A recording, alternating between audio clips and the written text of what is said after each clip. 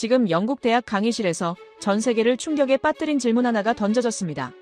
핵탄두 170개라는 강력한 무기를 가졌지만 25번의 국가부도를 겪은 나라. 평균 연령 22세라는 젊은 피를 가졌지만 국민들이 밀가루 한 포대를 위해 거리에서 피를 흘리는 나라. 바로 파키스탄입니다. 많은 이들은 말합니다. 안보가 너무 불안해서 식민지의 유산 때문에 민족이 분열돼 어쩔 수 없었다고 말이죠. 하지만 옥스퍼드 대학 교수는 이 익숙한 상식을 정면으로 깨뜨립니다. 이보다 더 지독하고 이보다 더 불리한 조건에서 출발했지만 세계 산업 강국이 된 나라가 실제로 존재한다면 여러분은 믿으시겠습니까? 오늘 세계가 경탄한 대한민국 시니어 세대의 위대한 선택과 그 필연적인 대비가 지금 시작됩니다. 어디서 듣고 계신가요?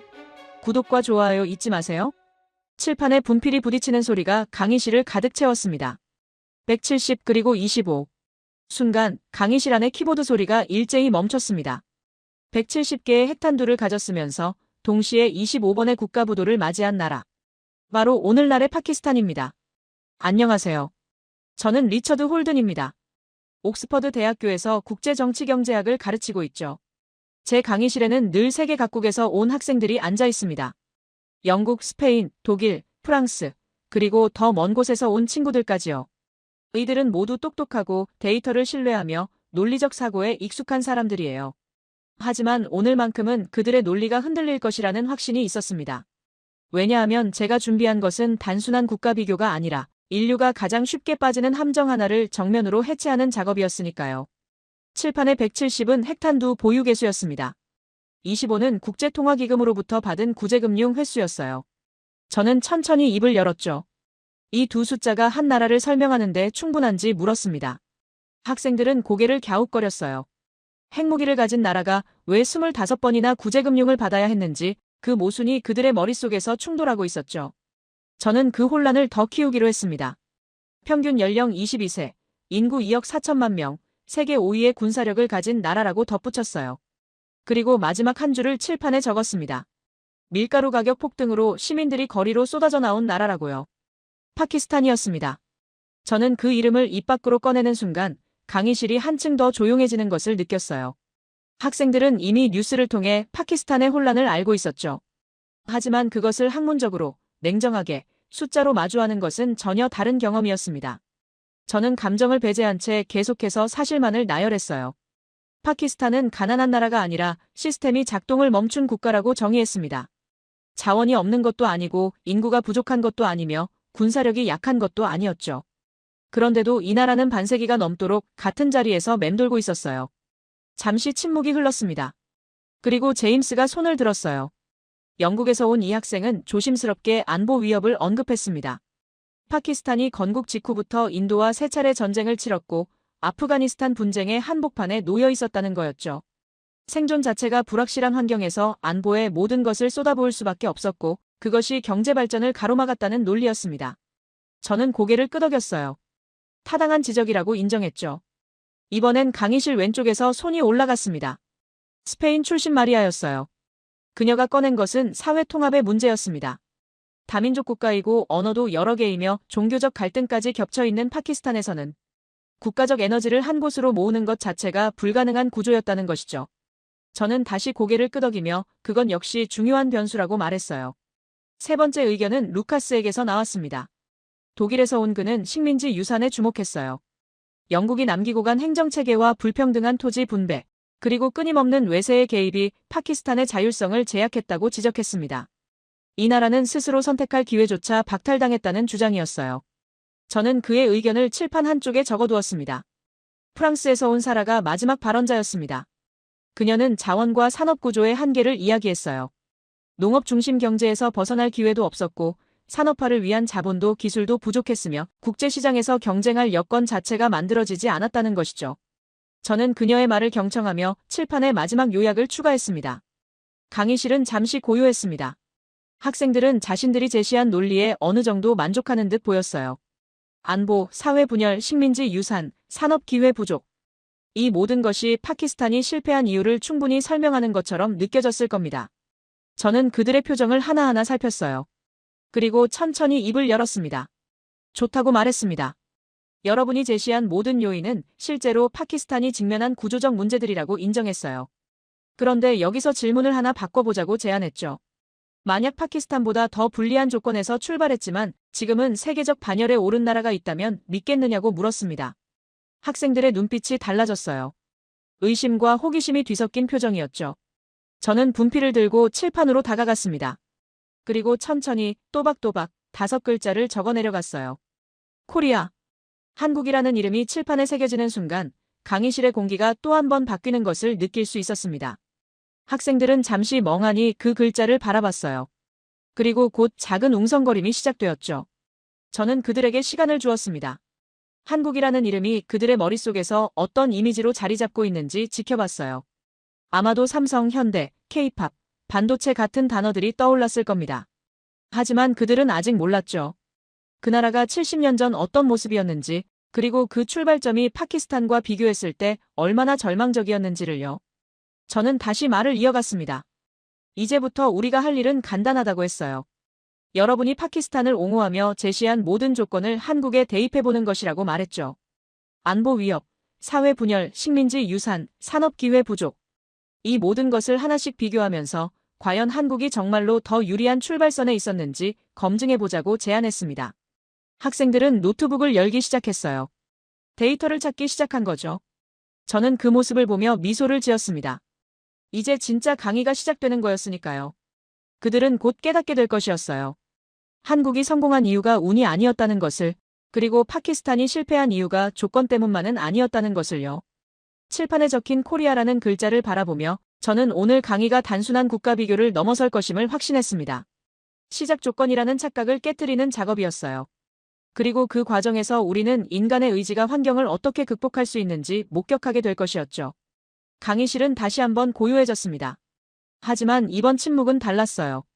긴장과 기대가 뒤섞인 무언가 중요한 것이 펼쳐지기 직전의 고요함이었습니다. 노트북 화면에서 푸른 빛이 학생들의 얼굴을 비췄습니다. 그들은 이미 검색을 시작했어요. 한국의 1인당 국내 총생산, 수출액, 기업 순위 같은 숫자들이 화면에 뜨고 있었죠.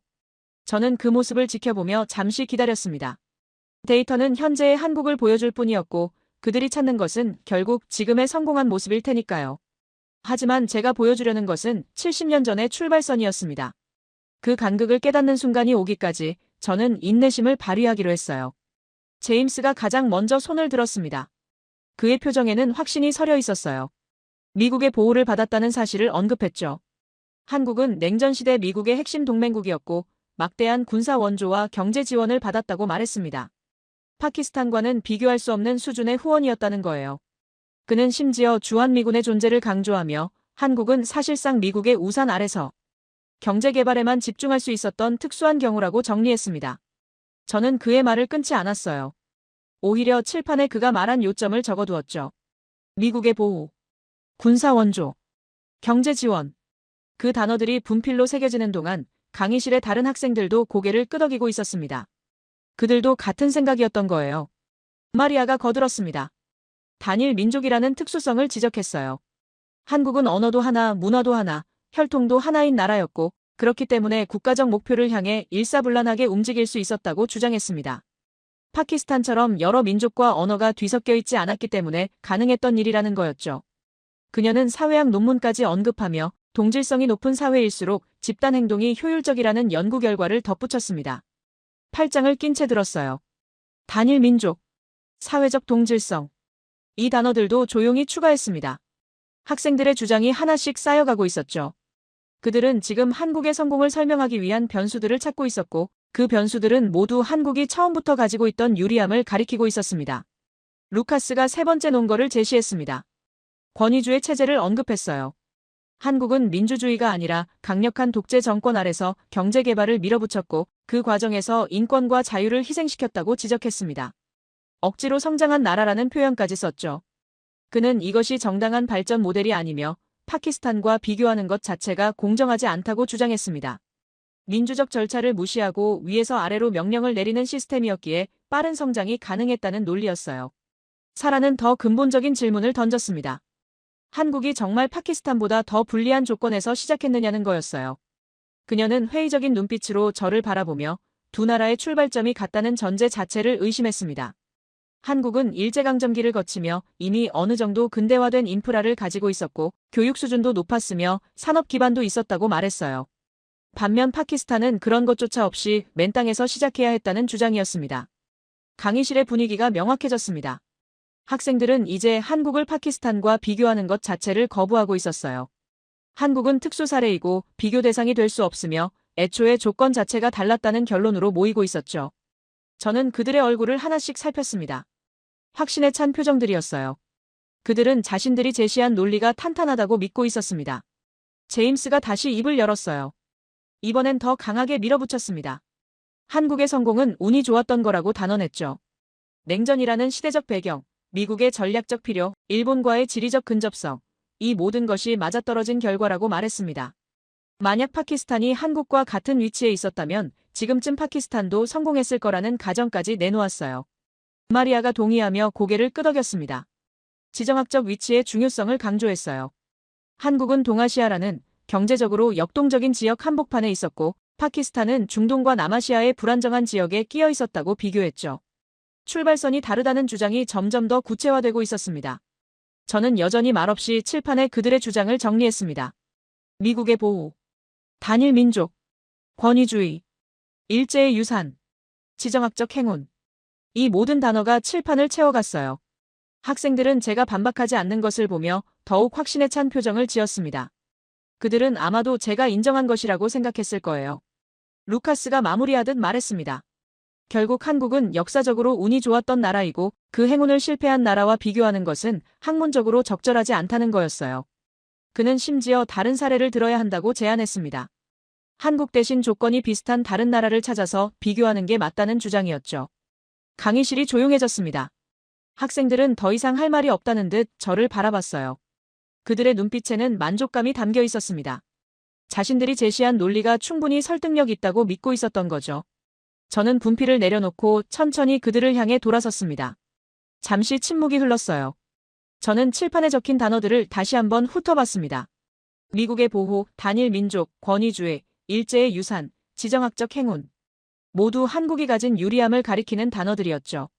그리고 학생들은 이 단어들이 한국의 성공을 설명하는 충분한 이유라고 생각하고 있었습니다. 저는 천천히 입을 열었어요. 목소리는 낮고 차분했습니다. 여러분이 지금 하고 있는 것이 무엇인지 아느냐고 물었죠. 학생들은 의아한 표정을 지었습니다.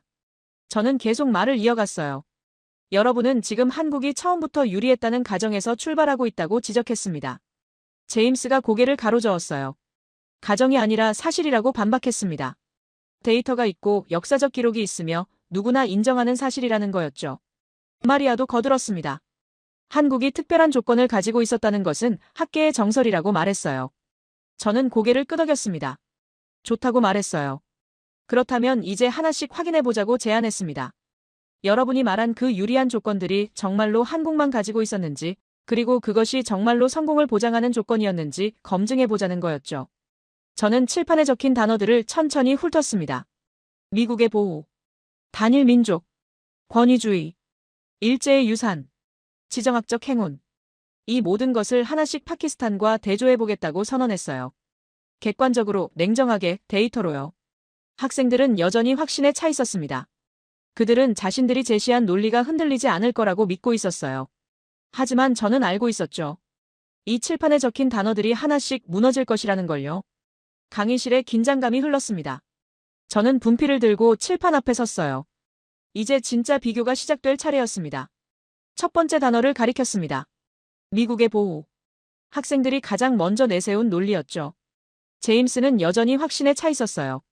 한국이 미군의 우산 아래서 안전하게 경제에만 집중할 수 있었다는 그의 주장은 강의실 전체가 공유하는 생각처럼 보였습니다. 파키스탄은 달랐다는 거였어요. 제임스는 다시 한번 강조했습니다. 건국 직후부터 인도와 세 차례 전쟁을 치렀고 캐시미르 분쟁은 지금도 계속되고 있으며 서쪽으로는 아프가니스탄의 혼란이 국경을 넘어왔다고 설명했죠. 국가 예산의 상당 부분을 군사비로 쏟아부을 수밖에 없었고 결국 핵무기 개발에까지 나서야 했다는 논리였습니다. 생존이 불확실한 상황에서 경제 개발은 사치였다는 거예요. 저는 잠시 침묵했습니다. 그의 말이 끝나기를 기다렸죠. 그리고 조용히 질문을 던졌어요. 그렇다면 한국은 평화로웠냐고요? 안보 위협이 없었냐고요? 제임스는 잠깐 머뭇거렸습니다. 물론 북한이 있었지만 그래도 미군이 지켜주지 않았냐는 반응이었어요. 휴전선은 있었지만 실제 전쟁은 끝난 상태였고 미국이라는 강력한 보호자가 있었기 때문에 파키스탄과는 비교할 수 없다는 주장이었죠.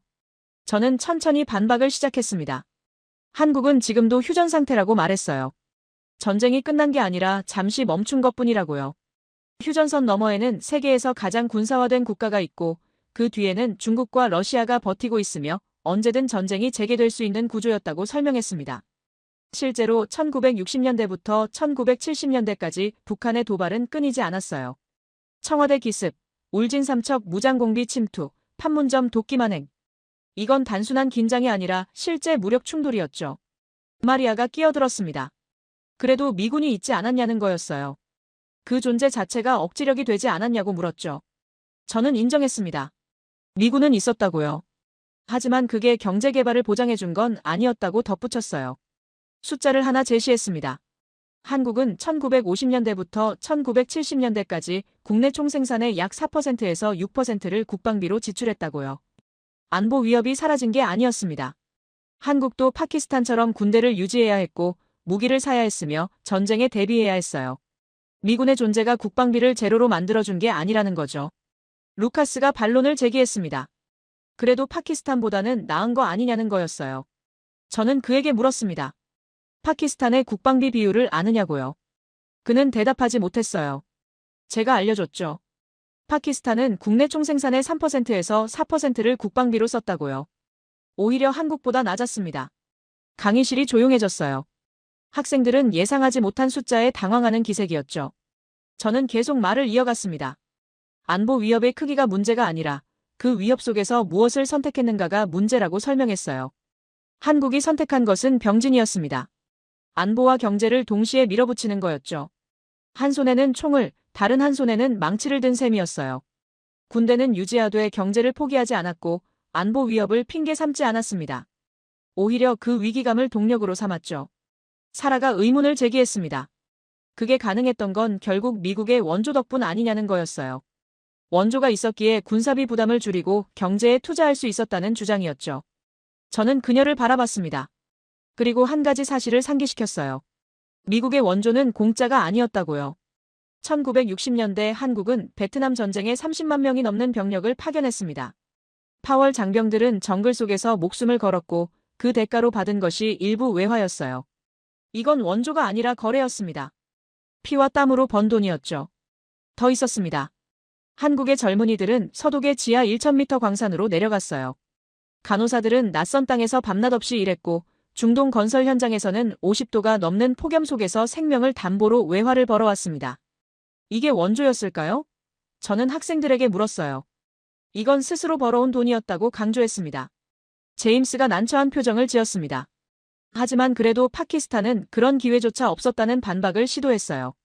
저는 그 말을 받았습니다. 기회가 없었던 게 아니라 선택하지 않았다고 정정했죠. 파키스탄도 해외로 인력을 보낼 수 있었고 실제로 중동에 많은 노동자를 보냈습니다. 하지만 그 돈이 어디로 갔는지가 달랐어요. 한국에서는 광부가 번 돈이 공장으로 갔고 간호사가 번 돈이 철강소로 갔으며 건설 노동자가 번 돈이 조선소로 갔습니다. 개인의 송금이 국가의 산업자본으로 전환되는 시스템이 작동했던 거예요. 반면 파키스탄에서는 해외 송금이 개인 소비로 흘러갔고 부동산 투기로 흘러갔으며 산업 기반을 만드는 데 쓰이지 않았습니다. 마리아가 그건 정부의 역할 차이 아니냐고 물었어요. 저는 동의했습니다. 맞다고요.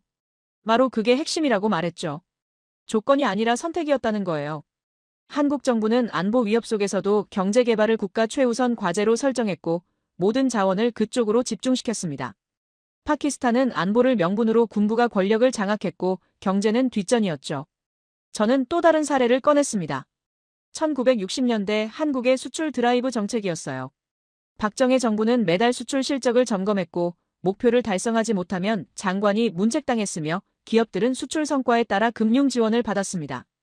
이게 전시체제와 다를 바 없는 강도였죠. 안보 위협이 있다고 경제를 포기한 게 아니라 오히려 안보 위협이 있기 때문에 더 빨리 성장해야 한다는 논리로 밀어붙인 겁니다.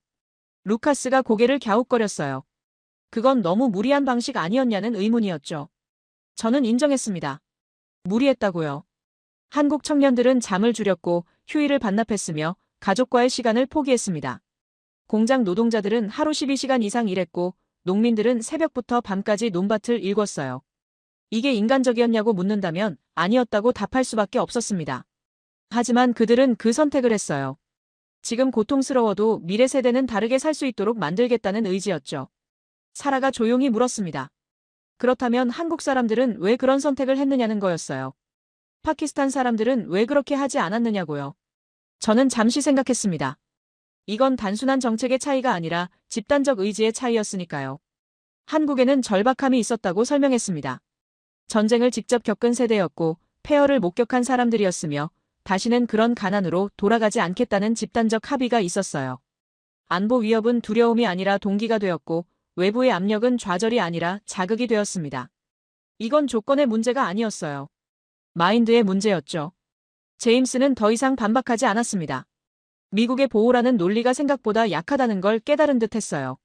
한국도 안보 위협 속에 있었고 한국도 국방비를 썼으며 한국도 전쟁의 공포를 안고 살았다는 사실이 분명해졌으니까요. 저는 마무리했습니다. 안보 위협이 컸다는 건 핑계가 될 수 없다고요. 한국 시니어들은 안보를 이유로 경제를 포기하지 않았고 위협을 명분으로 성장을 미루지 않았으며 한 손에는 총을 들되 다른 손에는 망치를 쥐고 앞으로 나아갔다고 간주했습니다. 이게 바로 병진 성장이었고 인류사에서 매우 이례적인 사례라고 덧붙였어요. 강의실은 조용했습니다. 첫 번째 논리가 무너졌으니까요. 잠시 정적이 흘렀습니다. 안보 논리가 생각보다 약했다는 걸 학생들도 느낀 듯 했어요. 하지만 포기하지 않았죠. 마리아가 다시 손을 들었습니다. 두 번째 주장을 꺼낼 차례였어요. 단일 민족이라는 카드였습니다. 마리아는 이번에는 더 신중하게 말문을 열었어요. 한국이 안보 위협 속에서도 성장할 수 있었던 건 사회적 동질성 덕분이라는 거였죠. 같은 언어, 같은 문화, 같은 혈통을 가진 사람들이 한 방향을 바라볼 수 있었기에 가능했다고 주장했습니다. 반면 파키스탄은 펀자브, 신드, 발루치, 파슈툰 등 여러 민족이 섞여 있고 언어만 해도 우르두어, 펀자브어, 신디어, 파슈투어 등 수십 개가 넘는다고 설명했어요. 루카스가 그 논리를 이어받았습니다. 민족 갈등이 국가 에너지를 분산시켰다는 거였어요. 파키스탄에서는 중앙정부가 무언가를 추진하려 해도 각 지역의 반발이 심했고 민족 간 불신이 정책 집행을 가로막았으며 결국 국가 전체가 하나의 목표로 뭉칠 수 없는 구조였다고 분석했습니다. 이건 지도자의 역량이나 정책의 문제가 아니라 구조적 한계라는 주장이었죠. 저는 그들의 말을 들으며 창밖을 잠깐 바라봤습니다. 옥스퍼드의 오래된 건물들이 보였어요. 수백 년 된 돌벽들이 여전히 견고하게 서 있었죠. 그리고 다시 학생들을 향해 돌아섰습니다. 질문 하나를 던졌어요. 단일 민족이라는 게 정말 유리한 조건이었을까요? 한국이 처음부터 하나로 뭉쳐 있었다고 생각하느냐고 물었습니다. 제임스가 당연하다는 표정을 지었어요. 같은 민족이니까 당연히 결속력이 강했을 거라는 반응이었죠. 저는 천천히 반박을 시작했습니다. 1950년 한국전쟁 직후의 상황을 설명했어요. 남한 인구의 3분의 1이 난민이었습니다. 북에서 내려온 사람들, 집을 잃은 사람들, 가족을 잃은 사람들이 뒤섞여 있었죠. 같은 민족이라고 해서 서로를 신뢰했을까요? 아니었습니다. 오히려 의심과 경계가 만연했어요. 북에서 왔다는 이유로, 이념이 다르다는 이유로, 심지어 고향이 다르다는 이유로 사람들은 서로를 경계했습니다. 더 심각한 건 물질적 파괴였어요. 전쟁으로 모든 게 사라졌습니다. 공장도 학교도 다리도 집도 폐허가 되었죠. 내 것이라고 부를 만한 게 없었고 내 것을 구분할 이유도 없었습니다. 모두가 빈손이었으니까요. 이 상황에서 민족적 동질성이 무슨 의미가 있었겠어요? 사라가 끼어들었습니다. 그래도 언어가 통했잖냐는 거였어요. 의사소통이 되니까 협력이 가능했다는 주장이었죠. 저는 잠시 멈췄습니다. 그리고 되물었어요. 언어가 통한다고 협력이 자동으로 일어나는 건가요? 아니라고 답했습니다. 언어는 도구일 뿐이에요. 중요한 건 그 언어로 무엇을 말하느냐였죠. 1960년대 한국 농촌을 떠올려 보라고 했습니다. 마을마다 파벌이 있었고 집안 간 갈등이 있었으며 이웃끼리도 서로 견제했어요. 같은 민족이라는 사실이 이 갈등을 없애주지 않았습니다. 그럼 어떻게 바뀌었느냐는 질문이 나올 걸 예상했어요. 마리아가 정확히 그 질문을 던졌죠. 저는 대답했습니다. 의지로 바뀌었다고요. 새마을 운동을 언급했습니다. 1970년대 시작된 이 운동은 단순히 농촌을 개발하는 게 아니었어요. 사람들의 마인드를 바꾸는 작업이었죠. 내 집만 잘 되면 된다는 생각을 우리 마을이 함께 잘 되어야 한다는 생각으로 전환시키는 거였습니다.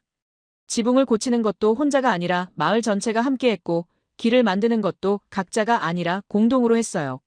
루카스가 의문을 제기했습니다.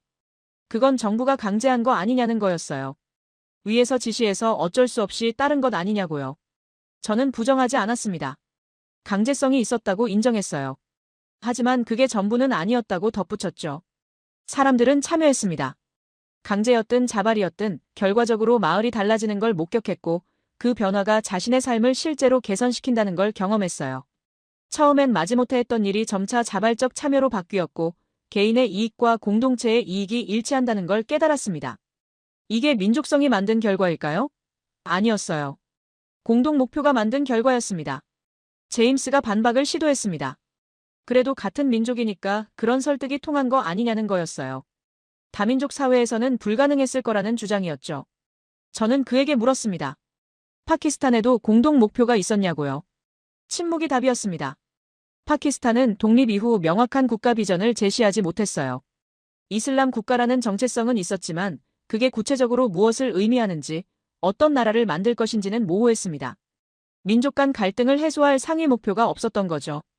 반면 한국은 명확했습니다. 가난에서 벗어나자. 이게 전부였어요. 단순하지만 강력한 목표였죠. 지역이 어디든 집안이 어떻든 이념이 무엇이든 상관없이 모두가 공감할 수 있는 목표였습니다.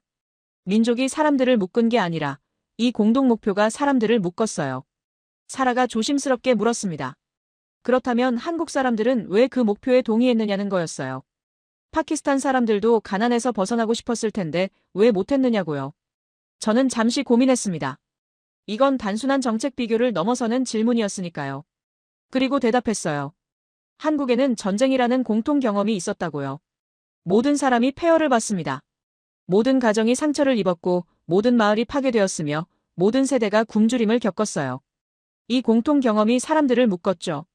다시는 그런 시절로 돌아가지 말자는 집단적 합의가 형성되었습니다. 이게 민족적 동질성보다 강한 결속력을 만들어냈어요. 마리아가 여전히 납득하지 못한 표정이었습니다. 파키스탄도 분단과 전쟁을 겪었다고 지적했어요. 저는 동의했습니다. 맞다고요. 하지만 그 경험을 어떻게 해석했느냐가 달랐다고 설명했죠. 파키스탄은 분단을 외부 탓으로 돌렸습니다. 영국 탓, 인도 탓, 국제 정세 탓으로요. 반면 한국은 전쟁을 자신의 문제로 받아들였어요. 우리가 약했기 때문에, 우리가 가난했기 때문에 전쟁을 막지 못했다는 자기 반성이 있었죠. 이 차이가 컸습니다. 루카스가 그건 너무 가혹한 자기인식 아니냐고 물었어요. 저는 인정했습니다. 가혹했다고요. 하지만 그 가혹함이 동력이 되었다고 덧붙였죠. 남 탓을 하면 변화가 일어나지 않습니다. 자기 탓을 해야 바꿀 수 있어요. 제임스가 마지막으로 질문했습니다. 그렇다면 민족적 동질성은 아무 역할도 하지 않았냐는 거였어요. 저는 부정하지 않았습니다. 역할은 했다고 인정했어요. 의사소통 비용을 줄였고 문화적 마찰을 최소화했으며 정책 집행을 상대적으로 수월하게 만들었죠. 하지만 그게 결정적 요인은 아니었다고 강조했습니다. 만약 민족적 동질성이 성공의 핵심이었다면 세계의 모든 단일 민족 국가가 성공했어야 해요. 그런데 그렇지 않았죠. 단일 민족이면서도 실패한 나라들이 많았고 다민족이면서도 성공한 나라들도 있었습니다. 결국 중요한 건 민족이 아니라 의지였다고 마무리했습니다. 한국은 민족을 내세우지 않았어요. 가난 탈출이라는 공동 목표를 내세웠죠. 내 자식만이 아니라 우리 마을 아이들 전체가 배불리 먹게 하자는 의지, 내 집만이 아니라 마을 전체가 지붕을 고치자는 의지, 내 농사만이 아니라 마을 전체가 수확량을 늘리자는 의지. 이게 한국을 움직인 힘이었습니다. 강의실이 조용해졌어요. 두 번째 논리도 생각만큼 단단하지 않았다는 걸 학생들이 느끼고 있었습니다. 민족적 동질성은 출발선의 유리함이 아니었어요. 그건 그저 도구였고 중요한 건 그 도구를 어떻게 사용했느냐였습니다. 마리아는 더 이상 반박하지 않았습니다. 학생들의 표정에서 확신이 조금씩 사라지고 있었어요. 강의실의 긴장감이 계속되고 있었습니다. 두 개의 논리가 무너졌지만 학생들은 아직 포기하지 않았어요. 사라가 천천히 손을 들었습니다. 이번에는 더 신중한 태도였죠. 그녀가 꺼낸 건 산업구조의 문제였습니다. 파키스탄은 산업화할 기회 자체가 없었다는 주장이었어요. 건국 당시부터 농업 중심 경제였고 공업 기반은 전무했으며 자본도 기술도 시장도 없는 상태였다고 설명했습니다. 국제시장에 진입할 여건 자체가 만들어지지 않았다는 거였죠. 루카스가 거들었습니다. 세계 경제 질서 속에서 후발주자는 선발주자를 따라잡기 어렵다는 이론까지 언급하며 파키스탄의 실패는 어쩌면 예정된 것이었다고 말했어요. 저는 잠시 그들을 바라봤습니다. 그리고 물었죠. 한국은 달랐냐고요. 한국에는 자본이 있었냐고, 기술이 있었냐고, 시장이 있었냐고요. 제임스가 주저하며 대답했습니다. 일제강점기에 유산이 있지 않았냐는 거였어요. 최소한의 공업시설과 인프라가 남아있었다는 주장이었죠. 저는 천천히 반박을 시작했습니다. 1945년 해방 이후 한국의 남은 산업시설은 대부분 북쪽에 있었다고 설명했어요. 수력발전소, 화학공장, 중공업시설 대부분이 북한 지역에 집중되어 있었고 남한은 주로 농업지대였습니다. 게다가 전쟁으로 남아있던 것마저 폐허가 되었죠. 1953년 한국의 상황은 파키스탄보다 나을 게 없었습니다. 숫자를 제시했어요. 1960년 한국의 1인당 국민소득은 79달러였습니다. 파키스탄은 그보다 높았어요. 수출액을 비교하면 더 명확했죠. 한국은 연간 3천만 달러 수준이었고 주요 수출품은 텅스텐 광석과 생선이었습니다. 이게 공업국가의 모습일까요? 아니었어요. 한국도 파키스탄처럼 농업과 1차 산업에 의존하는 나라였습니다. 마리아가 그렇다면 어떻게 바뀌었느냐고 물었어요. 저는 대답했습니다. 선택으로 바뀌었다고요. 한국은 농업국가에 머물지 않기로 결정했습니다. 불가능해 보였지만 공업국가로 가겠다는 결단을 내렸죠. 1960년대 초반 한국 정부가 세운 계획을 설명했습니다. 수출주도 공업화 전략이었어요. 자본도 없고 기술도 없지만 일단 만들어서 팔겠다는 거였죠. 세계가 비웃었습니다. 무엇을 만들 건데? 누가 살 건데? 어떻게 경쟁할 건데? 질문만 쏟아졌어요. 하지만 한국은 시작했습니다. 섬유부터였어요. 가장 단순한 제조업이었죠. 면화를 수입해서 실을 뽑고 천을 짜고 옷을 만들어서 수출했습니다. 기술이 필요 없었고 자본도 적게 들었으며 노동력만 있으면 가능한 일이었어요. 한국은 여기서 출발했습니다. 사라가 끼어들었습니다. 그건 누구나 할 수 있는 일 아니냐는 거였어요. 파키스탄도 섬유 산업이 있었다고 지적했죠. 저는 인정했습니다. 맞다고요. 파키스탄도 면화를 재배했고 방직 공장도 있었으며 섬유를 수출하기도 했다고요. 하지만 차이는 다음 단계에서 나타났다고 설명했습니다. 한국은 섬유에 머물지 않았어요. 거기서 번 돈을 다음 산업에 투자했습니다. 전자제품, 조선, 철강으로 확장해 나갔죠. 반면 파키스탄은 섬유에 머물렀어요. 더 높은 부가가치 산업으로 올라가지 못했습니다. 루카스가 의문을 제기했습니다. 그렇게 올라가려면 자본이 필요한데 한국은 어디서 돈을 구했냐는 거였어요. 저는 잠시 멈췄습니다. 이 부분이 중요했으니까요. 한국은 빚을 냈다고 말했습니다. 외국에서 돈을 빌렸어요. 하지만 그 돈을 소비에 쓰지 않았습니다. 공장을 짓는 데 썼고 기계를 사는 데 썼으며 기술을 배우는 데 썼죠. 빚은 늘어났지만 생산 능력도 함께 늘어났습니다. 제임스가 반박했습니다. 파키스탄도 외채가 많다고 지적했어요. 차이가 뭐냐는 거였죠. 저는 대답했습니다. 빚을 무엇에 썼느냐가 달랐다고요. 파키스탄의 외채는 주로 소비재 수입과 군비에 사용되었습니다. 공장이 아니라 무기를 샀고 기계가 아니라 밀가루를 수입했어요. 빚은 늘었지만 갚을 능력은 늘지 않았습니다. 포항제철 이야기를 꺼냈습니다. 1968년 한국 정부는 제철소를 짓기로 결정했어요. 세계은행에 돈을 빌리러 갔죠. 세계은행은 거절했습니다. 한국 같은 나라의 철강소는 시기상조라는 이유였어요. 시장도 작고 기술도 없으며 경제성도 없다는 판단이었죠. 한국은 포기하지 않았습니다. 다른 방법을 찾았어요. 대일 청구권 자금을 투입했습니다. 일제강점기의 피해보상금이었죠. 조상들의 피값이라고 불렀어요. 이 돈으로 제철소를 짓기 시작했습니다. 쉽지 않았다고 설명했습니다. 기술이 없었으니 외국에서 배워와야 했고 설비도 수입해야 했으며 실패할 확률이 높았어요. 당시 책임자들은 이런 말까지 했다고 전해집니다. 실패하면 우향우에서 0일 만에 빠져 죽자고요. 그만큼 절박했습니다. 마리아가 놀란 표정을 지었어요. 그렇게까지 위험을 감수했냐는 반응이었죠. 저는 고개를 끄덕였습니다. 위험을 감수한 게 아니라 위험을 무릅쓸 수밖에 없었다고 정정했어요. 철강 없이는 조선도 자동차도 건설도 불가능했으니까요. 철강은 모든 산업의 기초였습니다. 1973년 포항제철이 가동을 시작했습니다. 첫 해 생산량은 목표치를 넘었고 품질도 예상보다 좋았으며 수익도 났어요. 세계은행이 불가능하다고 했던 일이 현실이 되었죠. 한국은 이제 철강을 수입하는 나라가 아니라 수출하는 나라가 되었습니다. 사라가 조용히 물었습니다. 파키스탄은 왜 그런 선택을 하지 않았냐는 거였어요. 저는 잠시 생각했습니다. 그리고 대답했죠. 파키스탄은 남이 차려준 밥상을 기다렸다고요. 중국과 파키스탄의 관계를 예로 들었습니다. 파키스탄은 과다르 항구 개발에 중국 자본을 받아들였어요. 중국이 돈을 대고 중국이 짓고 중국이 운영했습니다. 파키스탄은 그저 땅을 내주었을 뿐이었죠. 결과는 어땠을까요? 수익의 대부분이 중국으로 갔고 파키스탄에는 빚과 종속만 남았습니다. 한국은 달랐다고 강조했습니다. 밥상을 직접 만들었어요. 나무를 깎아서 상을 만들고 그 위에 직접 지은 밥을 올렸으며 스스로 먹고 남는 건 팔았습니다. 힘들었지만 모든 과정을 자기 손으로 했죠. 경부고속도로도 마찬가지였습니다. 1968년 착공 당시 세계은행은 또다시 거절했어요. 한국의 고속도로는 사치라는 이유였죠. 차도 없는데 왜 도로를 만드냐는 논리였습니다. 하지만 한국 정부는 밀어붙였어요. 차가 없으면 도로를 만들 수 없다는 게 아니라 도로가 있어야 차가 늘어난다는 역발상이었죠. 1970년 경부고속도로가 개통되었습니다. 서울에서 부산까지 하루 만에 갈 수 있게 되었고 물류 비용이 급감했으며 지역 경제가 활성화되었어요. 도로가 경제 성장을 끌어올린 겁니다. 제임스가 감탄하는 표정을 지었습니다. 하지만 여전히 의문이 남아있다는 듯 물었어요. 한국은 왜 그렇게 위험을 무릅쓸 수 있었냐는 거였죠. 실패하면 국가 전체가 무너질 수도 있었을 텐데요. 저는 대답했습니다. 한국에는 대안이 없었다고요. 가만히 있으면 굶주림이 계속되고 가난이 대물림되며 영원히 후진국으로 남을 게 뮤했습니다. 위험을 무릅쓰지 않는 게 오히려 더 큰 위험이었어요. 루카스가 그건 도박 아니었냐고 물었습니다. 저는 부정하지 않았어요. 도박이었다고 인정했죠. 하지만 계산된 도박이었다고 덧붙였습니다. 한국은 철저히 준비했고 기술을 배웠으며 실패 가능성을 최소화하려고 노력했어요.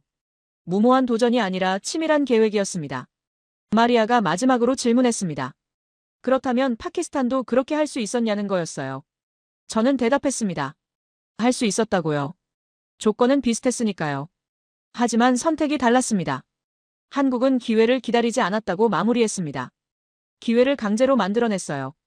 폰이 자동차, 조선소, 제철소 하나하나가 불가능을 가능으로 바꾼 결과였죠.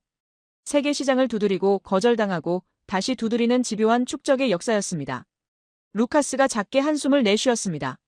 산업기회의 유무가 문제가 아니라는 걸 받아들이는 듯했죠. 잠시 침묵이 흘렀지만 학생들은 완전히 물러서지 않았습니다. 루카스가 다시 자세를 바로 했어요. 그의 눈빛에는 여전히 확신이 남아있었죠. 이번에는 더 근본적인 질문을 던질 차례였던 것 같았습니다.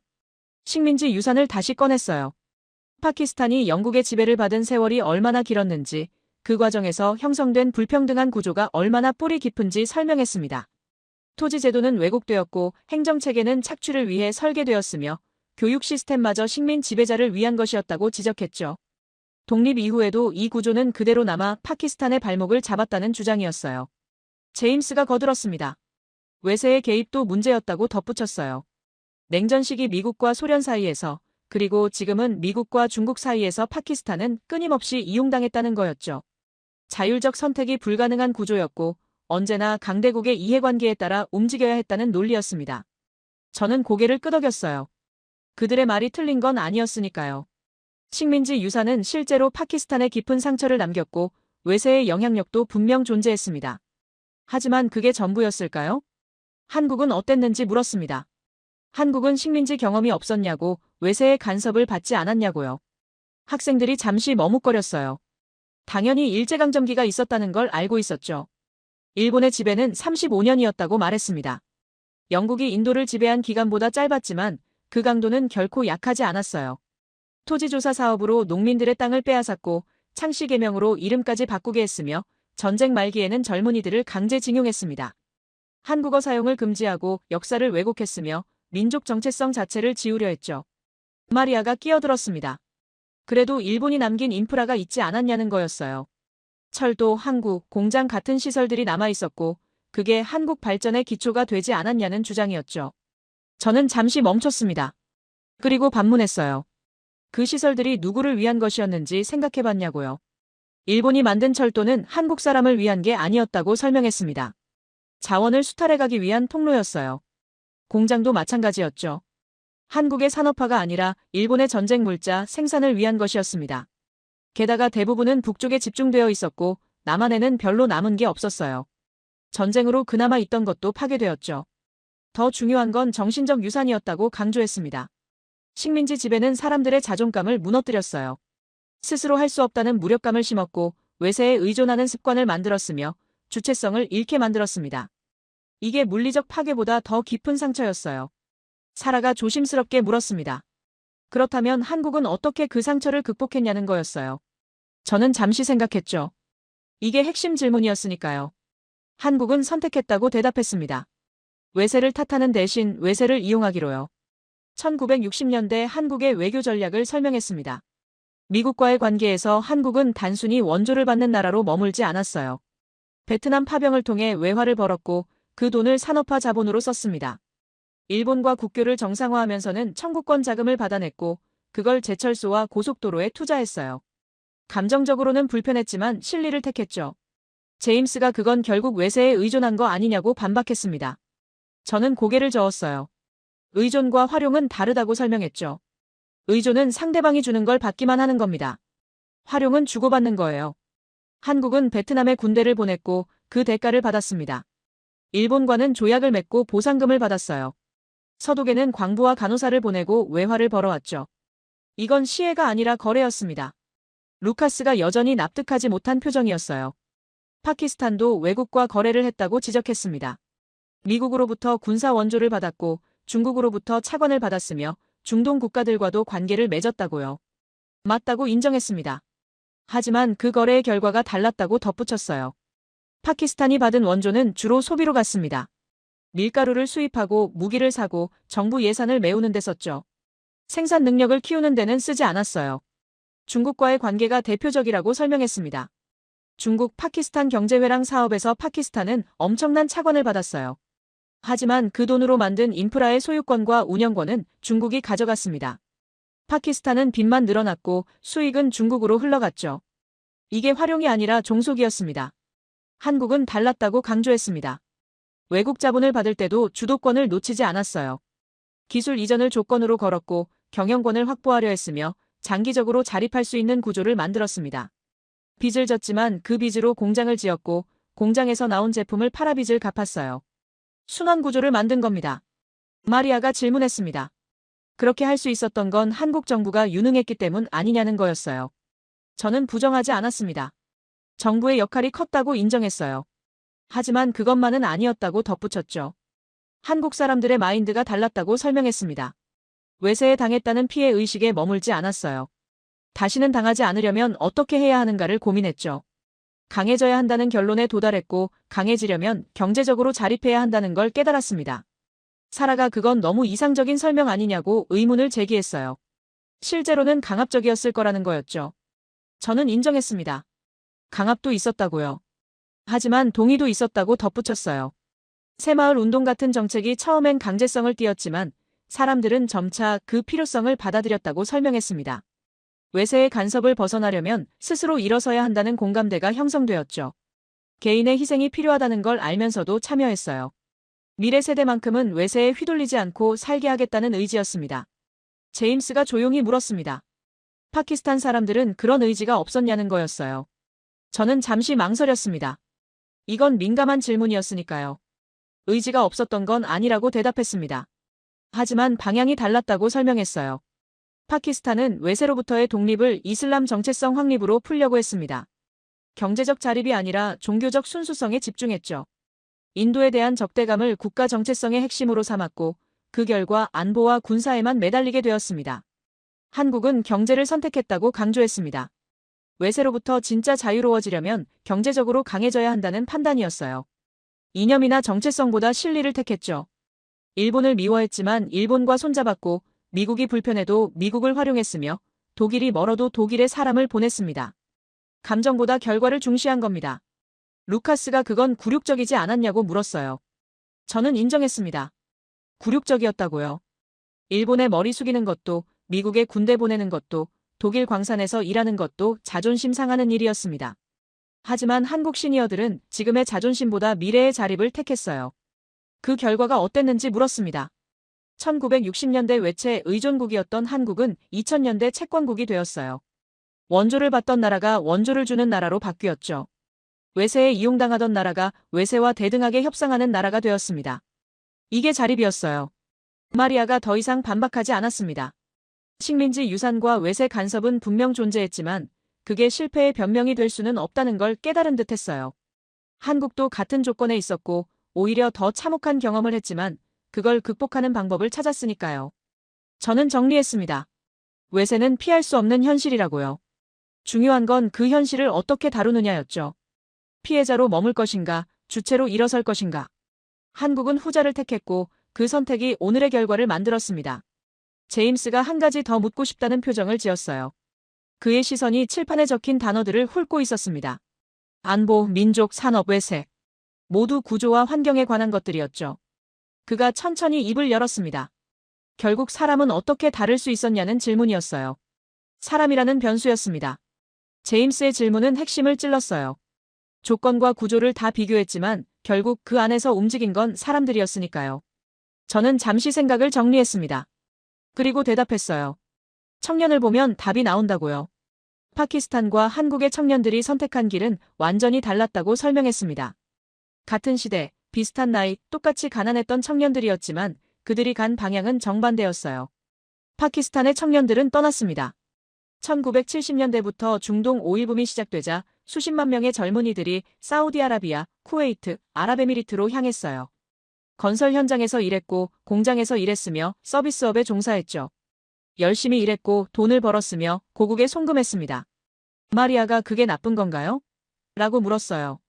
가족을 먹여 살리기 위한 선택 아니었냐는 거였죠. 저는 고개를 끄덕였습니다. 나쁘지 않다고요. 당연한 선택이었다고 인정했어요. 하지만 그 돈이 어디로 갔는지가 문제였다고 덧붙였습니다. 파키스탄 청년들이 보낸 송금은 주로 가족의 생활비로 쓰였습니다. 식비, 의료비, 주거비를 충당했어요. 일부는 땅을 사는 데 쓰였고 또 일부는 결혼 비용으로 나갔죠. 개인과 가족에게는 도움이 되었지만 국가 차원에서 산업자본으로 축적되지는 않았습니다. 소비였지 투자가 아니었어요. 루카스가 반문했습니다. 한국도 해외 송금이 많았다고 지적했어요. 서독 광부, 중동 건설 노동자들이 보낸 돈 말이죠. 저는 맞다고 인정했습니다. 한국 청년들도 해외로 나갔다고요. 하지만 그들이 번 돈의 흐름이 달랐다고 설명했어요. 한국 정부는 해외 송금을 산업화 자금으로 유도했습니다. 은행 시스템을 통해 들어온 외화를 기업에 저리로 대출해줬고 그 돈으로 공장이 지어졌으며 수출 산업이 확장되었어요. 개인의 송금이 국가의 투자로 전환되는 메커니즘이 작동한 겁니다. 물론 강제성도 있었죠. 하지만 결과적으로 그 돈은 미래 산업의 종잣돈이 되었습니다. 사라가 질문했습니다. 그렇다면 국내에 남은 청년들은 어땠냐는 거였어요. 저는 이 부분이 더 중요하다고 강조했습니다. 한국의 공장에는 특별한 풍경이 있었다고 설명했어요. 낮에는 미싱을 돌리고 밤에는 책을 펴는 청년들이었죠. 여공들은 일과가 끝나면 야간 학교로 갔습니다. 검정고시를 준비했고 중학교 졸업장을 땄으며 고등학교 과정을 공부했어요. 심지어 대학 진학을 꿈꾸는 이들도 있었습니다. 제임스가 의아한 표정을 지었어요. 왜 그렇게까지 했냐는 거였죠. 저는 대답했습니다. 그들은 단순 노동자로 남고 싶지 않았다고요. 한국의 청년들은 공장을 학교로 만들었습니다. 선배가 후배에게 기술을 가르쳤고 낮에 배운 공정을 밤에 노트에 정리했으며 외국인 기술자가 작업하는 모습을 훔쳐보며 익혔어요. 그들은 학습하는 엔진이었습니다. 구체적인 사례를 들었습니다. 1970년대 구로공단의 한 전자공장 이야기였어요. 일본인 기술자가 회로 기판을 수리하는 모습을 지켜보던 한국인 노동자가 있었습니다. 그는 퇴근 후 공장에 몰래 남아 같은 작업을 따라해봤어요.